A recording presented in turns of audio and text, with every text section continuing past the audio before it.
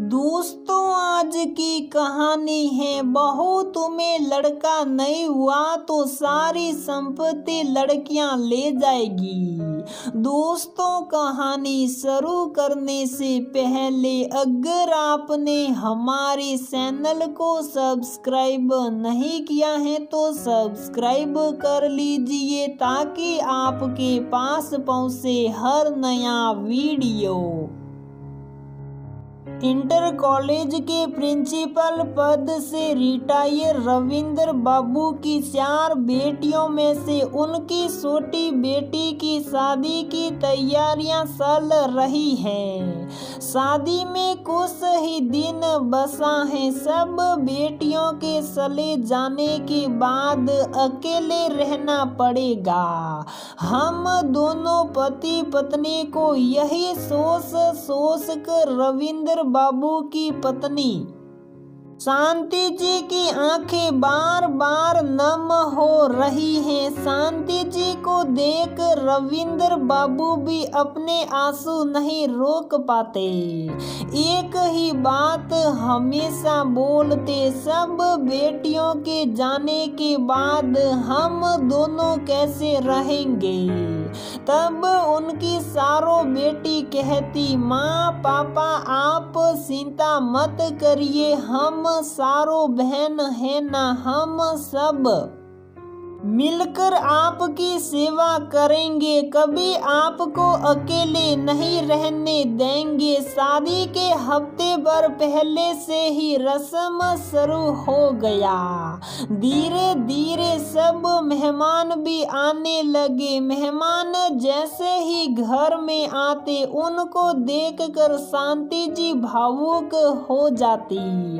तब सब अपने अपने तरीके से उनको समझाते, तसल्ली देते, आप अकेले नहीं हैं। ये कष्ट सहने वाले दुनिया में बहुतों को ये तकलीफ है। तभी मोहल्ले की एक दादी आई और बोली, एक ना एक दिन तो तुमको ये दिन देखना ही था। तुमने जो गलती की है उसका फल तो भुगतना ही पड़ेगा। सभी मेहमान उनकी तरफ प्रश्न भरी दृष्टि से देखने लगे। वह दादी फिर बोली, अरे 4 बेटी होने के बाद ऑपरेशन करवा ली, हमने कितना मना किया, कहाँ 1-2 और बच्चे होने दो, कहीं बेटा हो जाएगा तो बुढ़ापे का सहारा हो जाएगा। इतना धन संपत्ति है, उसका रखवाला मिल जाएगा। ये बेटियां पराया धन होती हैं, शादी कर दोगे अपने अपने ससुराल चली जाएगी, तुम लोगों को देखने वाला कोई नहीं रहेगा। लेकिन ये मेरी बात सुने तब ना। अरे जहाँ 4 बच्चे पले वहाँ 1-2 और सही एक बेटा हो जाता तो कम से कम बेटियों का मायका भी रह जाता। अभी इस दोनों के बाद सारों बहन का मायका भी खत्म हो जाएगा। इतना सुनते हैं सभी चुप हो गए, पर शांति जी सिसकने लगी, मानो उनको भी एहसास हो रहा हो कि हाँ शायद मैंने गलती कर दी। दादी की बात नहीं मानकर सही ही तो बोल रही हैं ये दादी की। कल को अगर हम दोनों नहीं रहे फिर सारों बेटी का मायका कहाँ रहेगा। इतनी धन संपत्ति कौन लेगा। क्या बेटियां अपना ससुराल छोड़कर आएगी या रहने। यदि सहे भी रहना तो क्या हमारे दामाद रहने देंगे या उसके सास ससुर। ये सब बातें सोच कर उनकी आंख से आंसू थमने का नाम नहीं ले रही थी। दादी को ऐसी बातें करते देख रविंद्र बाबू की छोटी बेटी को बहुत गुस्सा आया। अभी दादी को सुनाने जा रही थी कि उसकी बड़ी बहन ने उसे खींचकर घर में बैठा दिया और कहा, तुम अंदर जाओ, तुम्हारी शादी हो रही है, तुम कुछ मत बोलो, मैं संभालती हूँ माँ को। पर दीदी दादी का इस तरह से बात करना और माँ का इतना रोना मुझे बर्दाश्त नहीं हो रहा। जब तक उनको जवाब नहीं मिलेगा वह शांत नहीं होगी।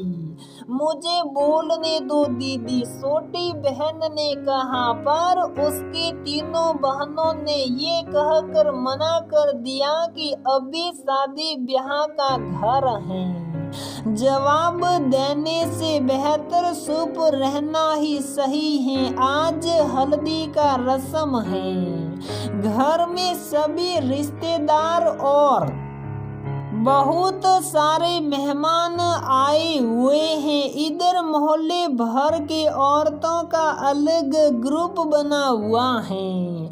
सभी कानाफूसी कर रहे हैं कि सभी बेटियों की शादी के बाद ये दोनों कैसे अकेले रहेंगे। ये बेटियां अभी माँ बाप की संपत्ति के लोभ में बोल रही हैं कि मैं सेवा करूंगी तो मैं सेवा करूंगी, पर देखना कोई नहीं आएगी अपना ससुराल छोड़कर। यदि आएगी भी तो तब तक जब तक माँ बाप हैं। जैसे ही ये दोनों नहीं रहेंगे सब धन संपत्ति बेचकर चली जाएगी, कोई यहाँ नहीं रहेगा। तब तो सबका मायका भी खत्म हो जाएगा। तभी एक महिला बोली, आहा नसीब के कितने छोटे हैं ये सब। आज एक बेटा होता तो सब आनंदित होता। सही ही तो कहते हैं कि एक बेटा होना कितना जरूरी है। ये सभी बातें शांति जी सुन ली। महीनों से सुनते सुनते आज उनका सब्र टूट गया और वहीं बेहोश हो गई। घर में भागदड़ मच गया। तुरंत डॉक्टर बुलाया गया। चेकअप करने पर पता चला कि बीपी हाई हो गया है। डॉक्टर ने दवाई दी और कहा इन्हें आराम करने दीजिए और कोई चिंता करने वाली बातें मत बताइए। तभी दादी बोली, अरे डॉक्टर साहब बेचारी चिंता कैसे नहीं करेगी, इसे जो तकलीफ। अभी बात पूरी कर ही रही थी कि छोटी बेटी हल्दी की रस्म से उठ खड़ी हुई और बोली, दादी आप बिल्कुल चुप हो जाइए, कुछ ना बोले वही अच्छा है, नहीं तो मैं भूल जाऊंगी कि आप मुझसे बड़ी हैं।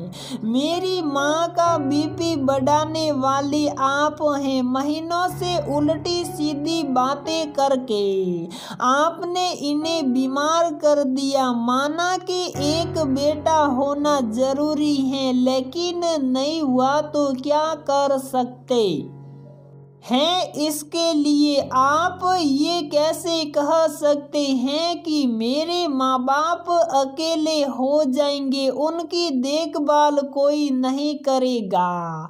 हम सभी बहनें हैं। अभी दादी आपके तो 3 बेटे हैं, लेकिन तीनों ने कब का आपको अलग कर दिया।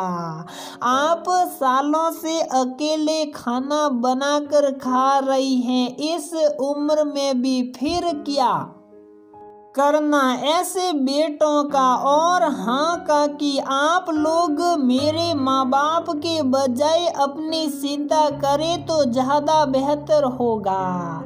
कुसुम काकी, आपका तो दोनों बेटा कब से बात भी नहीं कर रहा आपसे, भाई के रहते हुए भी।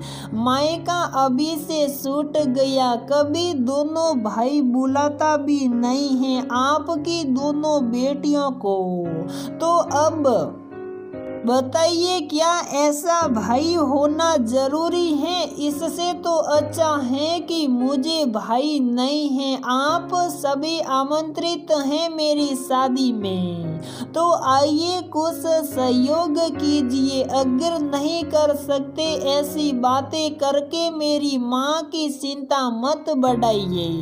मैं आपसे हाथ जोड़कर विनती करती हूँ। इतना सुनते ही सभी की बोलती बंद हो गई। उसकी बहनों ने कहा, भी तुम क्यों इतना बोल रही हो? तुम्हारी शादी हो रही है। पर उसने कहा, नहीं दीदी, मुझे और बर्दाश्त नहीं हो रहा, मुझे माफ करो। शादी अच्छे से संपन्न होने के बाद उनकी बड़ी बेटी ने कहा, मम्मी पापा, मेरे दोनों बेटे बाहर पढ़ाई कर रहे हैं, घर पर हम दोनों ही रहते हैं, तो मैं सोच रही थी कि यहीं आ जाते हैं और यहीं से हम दोनों ड्यूटी करेंगे।